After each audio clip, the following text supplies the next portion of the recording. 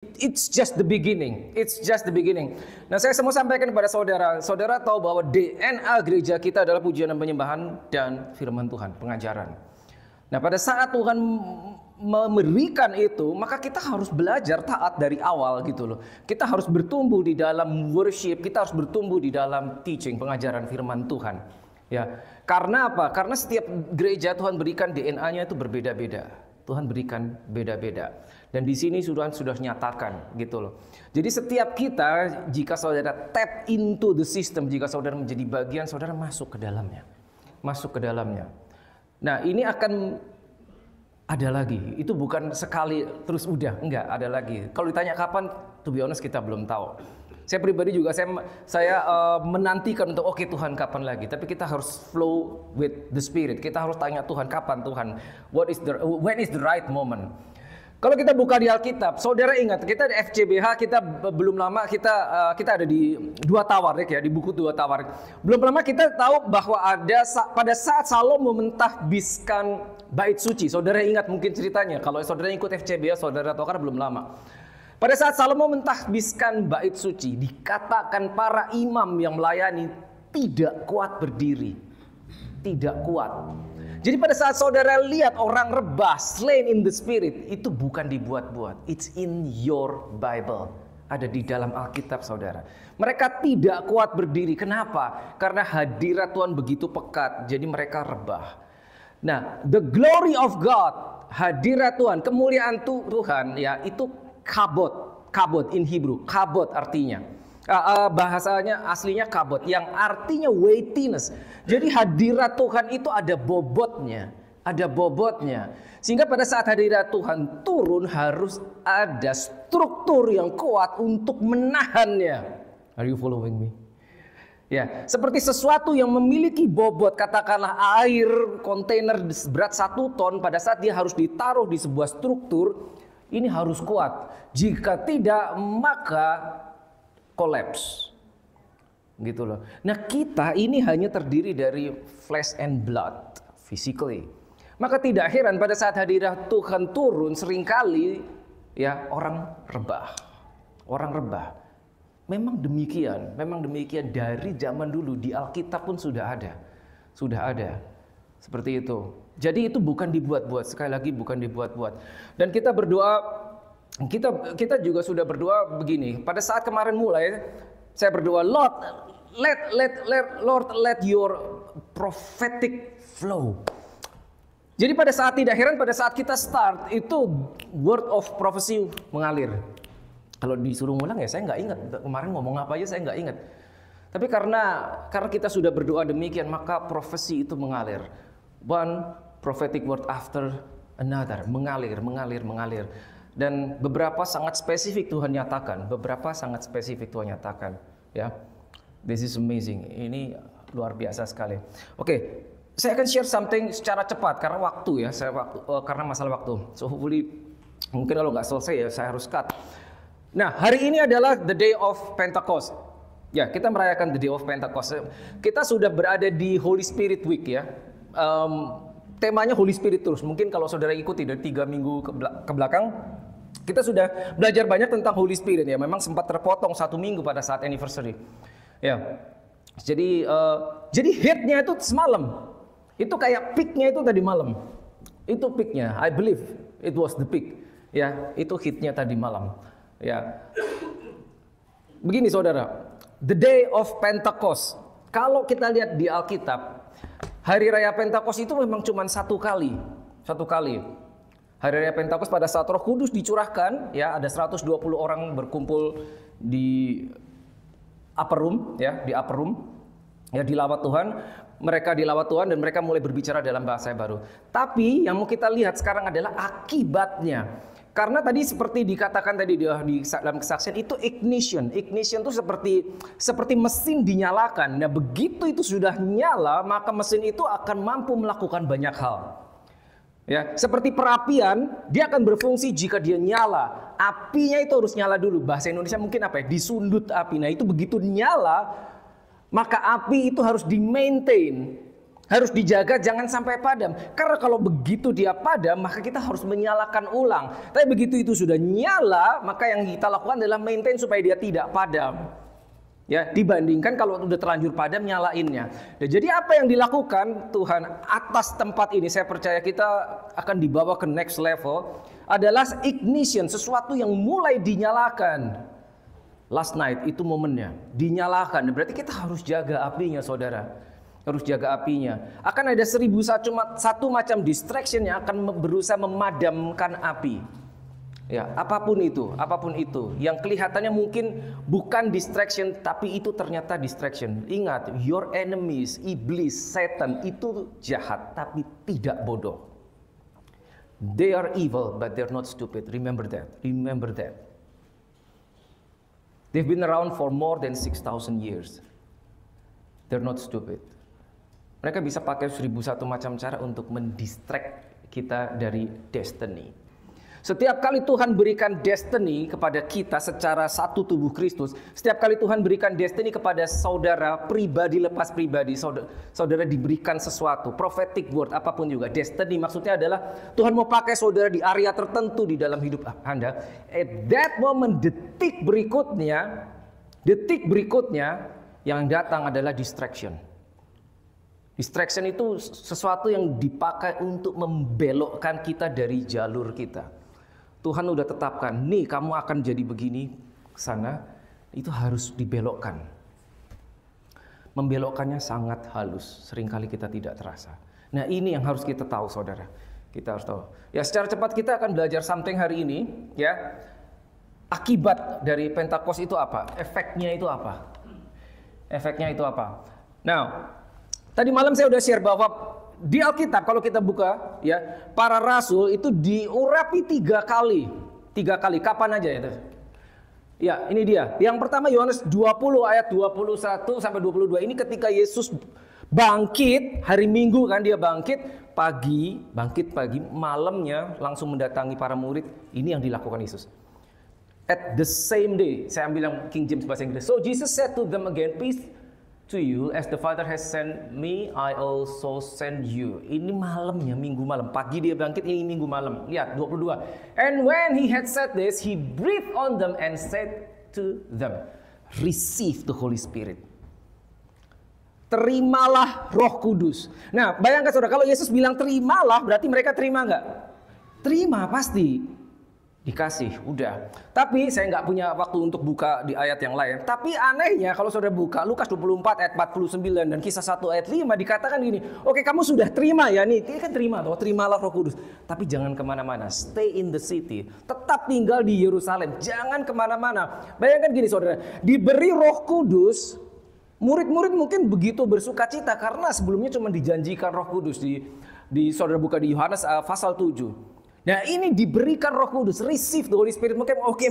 Oke, berarti kita udah bisa langsung menginjil. Berarti kita sudah bisa masuk langsung pelayanan. Tapi Yesus bilang entar dulu, jangan kemana-mana, tunggu di kota Yerusalem until sampai engkau dipenuhi kuasa dari tempat tinggi. Wait, ini udah lahir baru, udah terimalah Roh Kudus. Tapi jangan kemana-mana dulu, sebentar, sabar, kurang lebih begitu. Ya, itu ada di Lukas 24 ayat 49. Dikatakan tidak lama lagi engkau akan menerima kuasa dari tempat maha tinggi. Jangan kemana-mana until you are endued with power from on high. Sampai engkau dipenuhi kuasa dari tempat maha tinggi. Sudah lahir baru. But wait, karena Yesus tahu, oke, kamu sudah ada Roh Kudusnya, tapi untuk kamu melakukan sesuatu buat kerajaan surga, kamu harus di-empower. Nih mesinnya dikasih. Nih. Tapi ini harus dinyalain dulu. Kapan itu? Ini. Kisah 2 ayat 1 sampai 4. When the day of Pentecost had fully come. I like this. Fully come. They were all with one accord in one place. Di dalam satu tempat. And suddenly there came a sound. Ya saudara semua tahu ini udah kita bahas berkali-kali selama 3 minggu terakhir. Nah inilah yang dijanjikan. As of rushing mighty wind. Lompat ke ayat 4. And they were all filled with the Holy Spirit. Dipenuhi. Filled with the Holy Spirit. Ya inilah kuasa dari tempat tinggi yang dijanjikan itu. And began to speak with other tongues. as the Spirit gave them utterance. Dah, kita tahu akibatnya apa. Ini hari raya Pentakosta, akibatnya apa yang terjadi? On that day 3.000 orang bertobat dengan khotbahnya Petrus yang hanya 5-7 menit. Kalau saudara baca itu khotbahnya Petrus dan terus saudara pasang timer, sekitar 5-7 menit aja selesai. 3.000 orang bertobat. Ya, saya nggak harus masuk detailnya karena kita udah bahas itu. Lalu apa yang terjadi? Nah, ini yang kita harus tahu. Ini kisah 2, kisah 3. Nah, sebetulnya ini satu lagi, ini yang kedua. Urapan yang ketiga ada kisah 4:31 yang ini. Nah, tapi sebelum masuk sini, ya, di antara kisah 2 dan kisah 4 sesuatu terjadi. Apa yang terjadi? Ini dia. Sorry, ini 3 ini, bukan 1 ini. Sorry, salah. Kisah 3 ayat 1-10. Ya, kisah 3. Jadi nanti kalau saudara catat, saudara revisi sendiri. Oke, saya baca secara cepat ya. Pada suatu hari menjelang waktu sembahyang, yaitu pukul 3 petang, menjelang waktu sembahyang, berarti mereka belum doa. Baru mau doa, mau ke bait suci. Ya, naiklah Petrus dan Yohanes, 2 orang murid Yesus. Di situ ada seorang laki-laki yang lumpuh sejak lahirnya sehingga ia harus diusung. Ya, orang lumpuh sejak lahir. Tiap-tiap hari orang itu diletakkan dekat pintu gerbang bait Allah yang bernama Gerbang Indah untuk meminta sedekah kepada orang yang masuk ke dalam bait suci.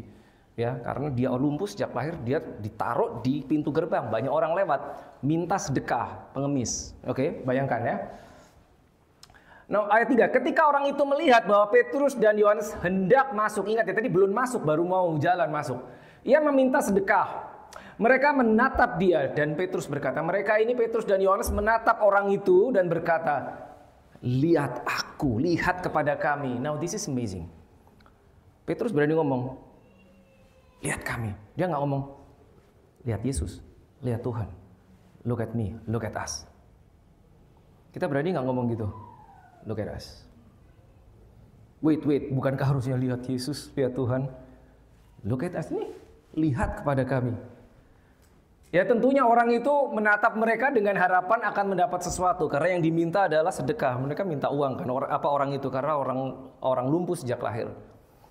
Ya, dia mengharapkan dikasih uang. Tapi ayat 6. Tetapi Petrus berkata, emas dan perak tidak ada padaku. Now this is amazing. Perhatikan saudara. Tetapi apa yang kupunyai kuberikan kepadamu. Apa yang dia punya? Emas perak dia nggak punya, uang dia nggak punya. Tapi ada yang dia punya, dia berkata akan kuberikan kepadamu. Demi nama Yesus Kristus orang Nazaret itu berjalanlah. Nah ini tidak disadari oleh orang itu karena dia minta uang tapi diberi sesuatu yang lebih berharga. Lebih berharga. Ya dia nggak bisa bekerja karena dia lumpuh. Kalau dia diberi uang dia tetap lumpuh. Tapi Petrus bilang ada something yang aku punya akan kuberikan padamu. Ingat ini kisah 3 setelah mereka dipenuhi kuasa. Ini tidak terjadi sebelumnya, setelah mereka dipenuhi kuasa. Ayat 7. Lalu langsung berdiri orang itu? Enggak. Ia memegang tangan kanan orang itu dan membantu dia berdiri. Seketika itu juga kuatlah kaki dan mata kaki orang itu. Ia melonjak berdiri lalu berjalan kian kemari dan mengikuti mereka masuk ke dalam bait suci. Berjalan dan melompat-lompat serta memuji Tuhan Allah. Seluruh rakyat itu melihat, berarti banyak saksi melihat ya. Dia berjalan sambil memuji. Lalu mereka mengenal dia sebagai orang yang biasanya duduk meminta sedekah di gerbang indah bait suci.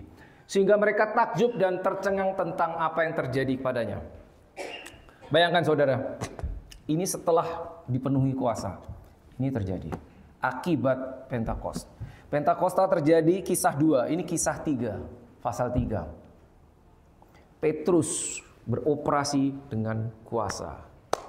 Dia bisa melepaskan kuasa yang ada di dalam. Nah tadi malam kita udah belajar Yohanes 7:38 berkata barang siapa percaya kepada kitab suci ya, dari dalam hatinya akan mengalir aliran kehidupan. Begitu kan? Kalau saudara ada tadi malam John 7:38, Yohanes 7:38, dari dalam hatimu akan mengalir aliran kehidupan. Nah yang saya mau sampaikan begini saudara, ini Petrus. Bedanya apa sama saudara? Sama aja. Petrus percaya. Dia bisa mengalirkan aliran anointing dari dalam hatinya. Dia berani ngomong, aku punya sesuatu, aku kasih ke kamu. Orang itu bangkit dan berjalan, lumpuh sejak lahir. Gitu. Saya mau ingatkan kita semua bahwa yang ada di dalam Petrus sama dengan apa yang di dalam saudara. Mungkin kita aja nggak sadar. Come on, mungkin kita tidak sadar. Akibat dari Pentakosta, Holy Spirit diberikan, diactivate, ini yang terjadi. Habis itu apa? Kalau saudara baca lebih lanjut. Habis itu ditangkap Petrusnya. Nah ini yang kita nggak suka. Petrus, Yohanes ditangkap. Yes, ditangkap. Ditangkap. Mereka diinterogasi. Ditangkap saudara. It's in the Bible. Ditangkap mereka. Tapi lihat, gara-gara orang itu sembuh, ini terjadi. Tetapi di antara orang yang mendengar ajaran itu, banyak orang menjadi percaya sehingga jumlah mereka menjadi kira-kira 5.000. Kisah 2, Pentakos, ya, Roh Kudus turun. Petrus berkhotbah 5-7 menit. Berapa orang bertobat? 3.000. Terus ini 5.000. Oh, gampang banget. Nambah loh.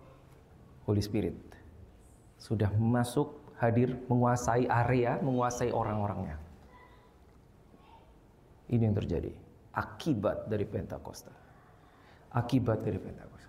Jumlah mereka menjadi kira-kira 5.000 orang. Nah, kita tahu kan tadi, ditangkap mereka. Lah, ini dia. Diinterogasi. Pada saat interogasi, watch this. Ini menarik, saudara. Ketika sidang itu melihat keberanian Petrus dan Yohanes dan mengetahui bahwa mereka keduanya orang biasa, tidak terpelajar. Orang biasa, bukan nabi, bukan. Orang biasa, tidak berpendidikan, uneducated. Kalau di bahasa Inggris dikatakan, tidak terpelajar. Maka heranlah mereka. Mereka ini orang-orang ya sidang jemaat Yerusalem yang menangkap, yang menginterogasi imam besar dan semuanya. Heran, kok mereka ini tidak terpelajar, ya? Kok bisa? Heranlah mereka dan mereka mengenal keduanya sebagai pengikut Yesus. Nah, bahasa Inggrisnya bagus. Now when they saw the boldness, keberanian Petrus dan Yohanes, and perceived that they were uneducated and untrained men, they marveled and they realized that they had been with Jesus. My God. They have been with Jesus. Berapa lama kita jadi orang Kristen? Setahun, 2 tahun, 10 tahun, 20 tahun. If you have been with Jesus, ada bedanya saudara. Ada bedanya. They had been with Jesus. Kelihatan ternyata. Bahkan mereka bisa lihat, oh mereka sudah bersama Yesus. Ini ditangkap, diinterogasi. Lihat, 14. Tetapi karena mereka melihat orang yang disembuhkan itu berdiri di samping kedua rasul itu, mereka tidak dapat mengatakan apa-apa untuk membatahnya. Gak bisa disangkal. Dan setelah mereka menyuruh rasul itu meninggalkan ruang sidang, berundinglah mereka dan berkata, tindakan apakah yang harus kita ambil terhadap orang ini, sebab telah nyata kepada semua penduduk Yerusalem, kepada semua penduduk, bahwa mereka telah mengadakan suatu mujizat yang menyolok dan kita tidak dapat menyangkalnya. Tidak dapat disangkal. Mereka telah bersama Yesus. Spend time with Jesus. Nah bayangkan saudara, kita diberi Roh Kudusnya. If you have spent time with the Holy Spirit, ada bedanya. Ada bedanya. Pasti ada bedanya saudara. Ya udah akhirnya gimana? Dilepas lagi toh. Petrus, Yohanes dilepas lagi. Dilepas lagi, mereka kembali kepada kumpulan mereka dan berdoa. Doanya apa? Kisah 4, 29-31. Ini doanya. Ya, tadi ditangkap, diinterogasi, terus dilepas lagi. Karena nggak terbukti nih orang sembuh, tidak bisa dibantah toh. Ya udah dilepas lagi. Tapi sebelum dilepas dipukuli, disesah dulu, dianiaya dulu. Terus dilepas. Lalu mereka kembali dan berdoa. Lihat doanya apa? Dan sekarang ya Tuhan, ini mereka berdoa bersama. Setelah ditangkap terus dilepas, ini doanya. Dan sekarang ya Tuhan, lihatlah bagaimana mereka mengancam kami Dan berikanlah kepada hamba-hambamu keberanian untuk memberitakan firman-Mu. Karena takut, makanya minta keberanian. Doanya begitu kan? Lihat, 30. Ulurkanlah tanganmu untuk menyembuhkan orang dan adakanlah tanda-tanda dan mukjizat oleh nama Yesus hamba-Mu yang kudus. 31. Dan ketika mereka sedang berdoa,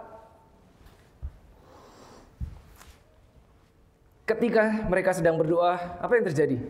Goyanglah tempat mereka berkumpul. Yang goyang tempatnya, bukan orangnya. Tempatnya goyang. Nah, saudara bayangkan, saudara berdoa. Ini kayak kita berdoa, tiba-tiba goyang. Kayak apa itu? Goyang. Kira-kira apa? Holy Spirit. Holy Spirit memenuhi itu apapun bisa terjadi. Bukan cuma memenuhi orangnya, tapi memenuhi atmosfernya, memenuhi daerahnya, memenuhi ruangnya. Goyanglah tempat mereka berdoa. Dan mereka semua penuh dengan Roh Kudus. Lalu mereka memberitakan firman Allah dengan berani. Lihat, bukankah mereka sudah dipenuhi Roh Kudus? Bukankah sudah dibaptis Roh Kudus di Kisah 2? Ini Kisah 4. Pertama kali ya, anointing turun. Tadi Yohanes 20 ayat 21-22, Yesus datang dan berkata receive Holy Spirit. Itu nomor 1. Nomor 2, Pentecost, Kisah 2 ayat 4, ya kan? Turun Roh Kudus dan mereka dikatakan filled with Holy Spirit, penuhlah.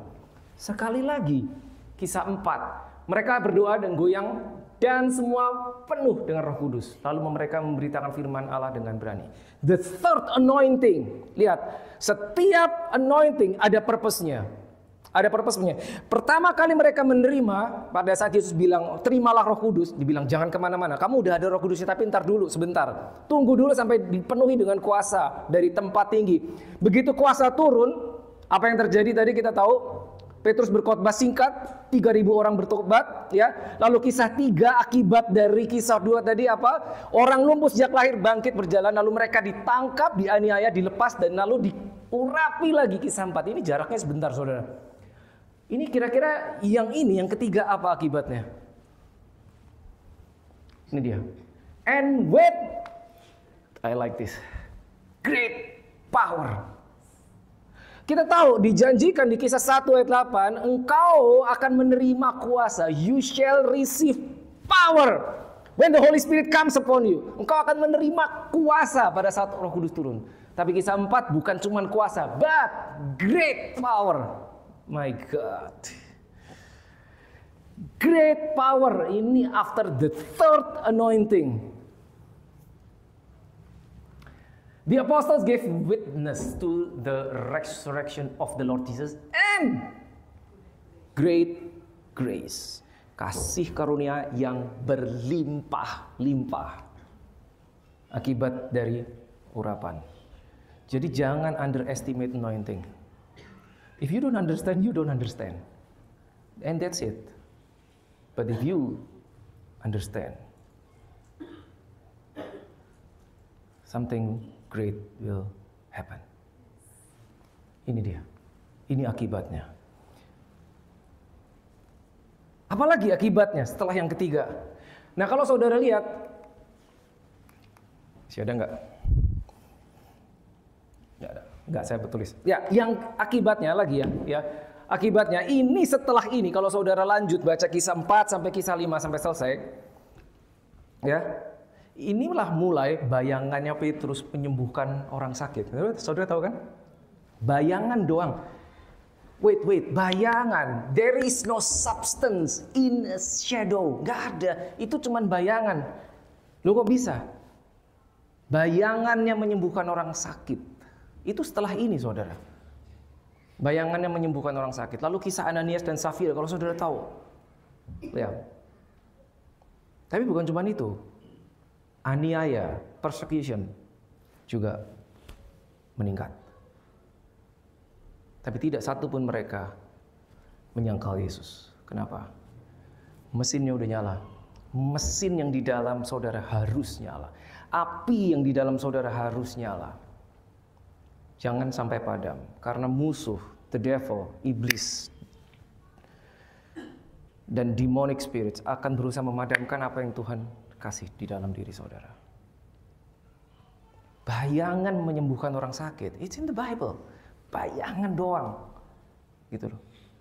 Dari mana itu bisa terjadi seperti itu? Bahkan kita tahu Yesus melayani 3,5 tahun, tidak tercatat tuh bayangan Yesus menyembuhkan orang sakit. Ini Petrus yang tadi ditangkap, yang tukang ikan, bayangannya bisa menyembuhkan orang sakit.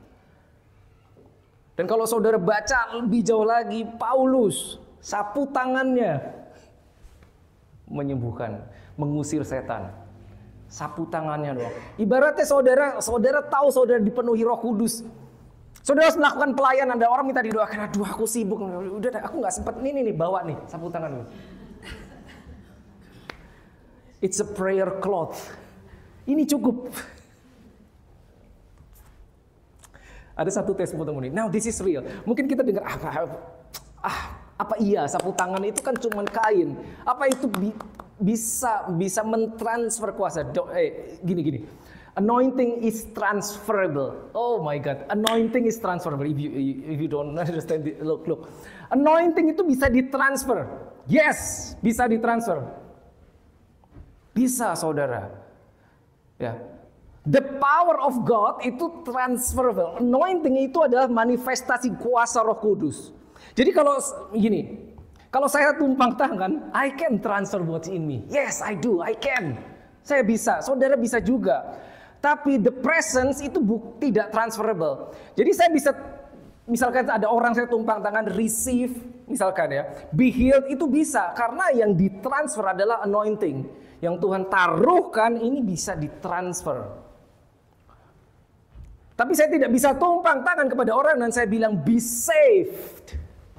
Karena untuk diselamatkan, untuk menerima Roh Kudus lahir baru itu harus personal ya confession. Gak bisa saya bilang be saved, gak bisa. Tapi be healed bisa. Karena be healed berarti I transfer something. Pada saat Petrus tadi di depan orang lumpuh dia bilang apa yang kupunya aku berikan kepadamu, itu mentransfer something di dalam dirinya. Mentransfer something dari dalam dirinya. Dia tahu dia membawa sesuatu. Nah, here's the problem. Pada saat saudara diberi mesinnya dan mesinnya sudah dinyalakan, pertanyaannya, do you know, tahukah saudara bahwa saudara membawa sesuatu di dalam dirimu yang bisa ditransfer ke orang lain? Saudara tahu gak? Kalau nggak tahu, kita tidak akan beroperasi di situ. Karena kita nggak tahu, oh ternyata bisa ya. Yes.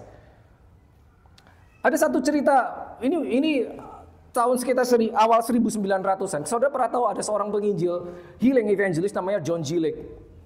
Ya, dia banyak menginjil, melakukan healing evangelist di Afrika Selatan. Afrika Selatan kalau nggak salah. Yes. Dia orang Amerika. Pada saat dia kembali di Amerika, sebuah kota kecil, ya namanya Spokane. Di kota itu sampai dideklarasikan kota itu kota paling sehat. Karena ada 2 rumah sakit. Ini tahun awal 1900-an ya, sekitar 1910 sampai 15. 2 rumah sakit tutup. Kenapa? Karena nggak ada yang sakit. Serius. You can Google it. Saudara boleh baca kisahnya. 2 rumah sakit tutup dan diakui oleh pemerintah kota tersebut. Jadi council mengakui ya bahwa ministry orang ini ya, jadi kalau ada orang sakit udah nggak dimasuki rumah sakit, bawa ke situ. Karena dia tahu ini pasti sembuh. Gitu. Nah, yang saya mau cerita begini. Suatu saat di Afrika, ya ini awal 1900, jadi semuanya masih tradisional. Zaman dulu, belum modern, belum ada apa-apa. Belum ada mobil kendaraan masih kuda kendaraan. Jadi gini, dia melakukan KKR ratusan mungkin ribuan orang di depan. Sangat kelelahan dan dia harus pergi ke tempat lain. Gitu. Apa yang dilakukan di tempat itu ada suatu tonggak tiang itu yang biasa dipakai untuk parkir kuda, tahu kan saudara, yang diikat gitu kudanya. Jadi dia punya ide, ini berdua sama temennya, kita nggak sempet nih, kita harus pergi gitu. Tapi ini orang begitu banyak yang ngantri, ratusan orang. Ya udah, apa yang dilakukan? This is crazy. Dia berdoa, tiang, in the name of Jesus I release anointing. Itu cuman tiang kayu. I release anointing. Siapapun yang menyentuh sembuh. Udah ditinggal. Dan terjadi. Ratusan orang sembuh hanya menjamah. Dari mana dia dapat ide itu? Dari sini. Kenapa sapu tangannya si Paulus bisa? Alkitab nggak menjelaskan kenapa itu, bagaimana terjadi. Mungkin Paulus, sorry aku sibuk, ini udah ini aja. Bawa, cukup. Anointing is transferable. Ya. Jadi pada saat saudara diurapi, saudara menerima urapan. It is the power of God. Beda dengan the presence of God. The presence of God is in you. The power of God itu beroperasi upon you pada saat saudara dilingkupi kuasa. Beda saudara, tidak sama. The power of God you can transfer, but the presence you cannot. But you can carry the presence. Saudara bisa membawa hadirat Tuhan sampai hadirat itu termanifestasi sehingga orang yang berada di sekeliling saudara bisa merasakan hadirat Tuhan, mereka dijamah. Bisa. Tapi itu the presence, not the power. Gitu. Nah, itu bedanya. Kita harus tahu, saudara. Ya. Sayang waktunya habis. Jadi satu hal saudara yang harus kita ingat. Satu hal yang harus kita ingat. Gereja adalah tubuh Kristus seperti kita tahu. Gereja adalah tubuh Kristus. Ya, terdiri dari sekian orang tentunya yang di dalamnya. Dan pada saat Tuhan memberikan DNA itu seperti trademark. Ya, trademark di mana gereja tersebut mengalir di dalam trademark tersebut, di dalam urapan tersebut. Ya, tidak sama, memang tidak sama. Ada yang trademarknya atau DNA-nya A, DNA-nya B, that's okay, nggak apa-apa. Hanya begini, makanya pentingnya tertanam di sebuah gereja itu. Karena kalau tidak, kita mau mengalir, kita mau bertumbuh. DNA itu adalah seperti bahan dasar di mana engkau dibentuk, dicetak, engkau bertumbuh. Makanya perlu DNA, gitu loh.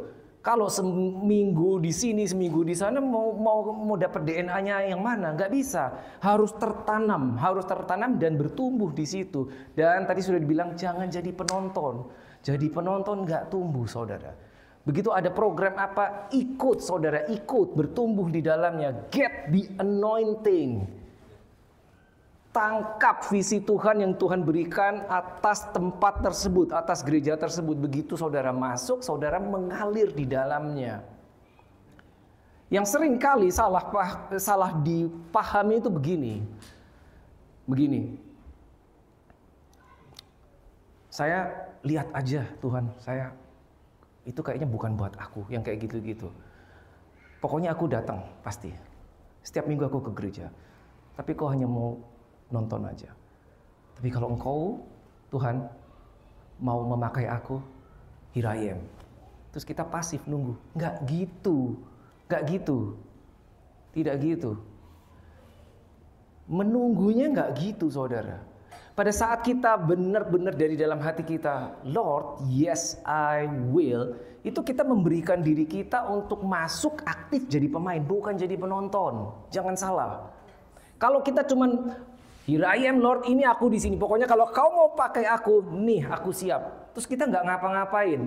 Jangan heran kalau setahun, 2 tahun, 10 tahun, 20 tahun tetap di situ terus. Karena protokolnya keliru, mekanismenya keliru, sehingga kita heran. Kok aku begini-begini aja, gitu loh. Masih bagus mikir, tapi ada yang nggak mikir. Serius bener, gitu loh. Karena saya udah bilang kan waktu 2 minggu lalu, jadi penonton tuh asik karena bebas resiko. Penonton tuh bebas resiko, saudara. Bebas resiko. Saya tahu setiap kita sibuk. Punya urusan. Tapi pada saat saudara baca ini yang tadi, mereka juga punya urusan.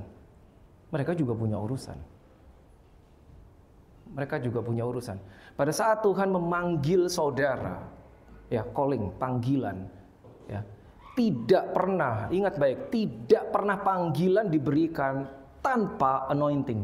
Tidak ada. You can read your Bible. Saat Tuhan memanggilmu, oke, aku memerlukan engkau untuk jadi sesuatu. Tidak pernah ada itu tanpa anointing. Begitu engkau dipanggil, ini siap, anointingnya siap. Begitu di situ ada jawaban, yes Lord, ini akan turun. Tapi ini tidak mendarat jika tidak ada yes Lord. Protokolnya harus benar, mekanismenya harus benar.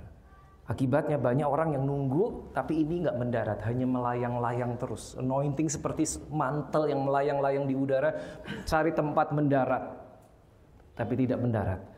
Karena belum ada clearance. Pada saat kita memberikan diri kita untuk dipakai, bang, baru itu mendarat. Let us pray.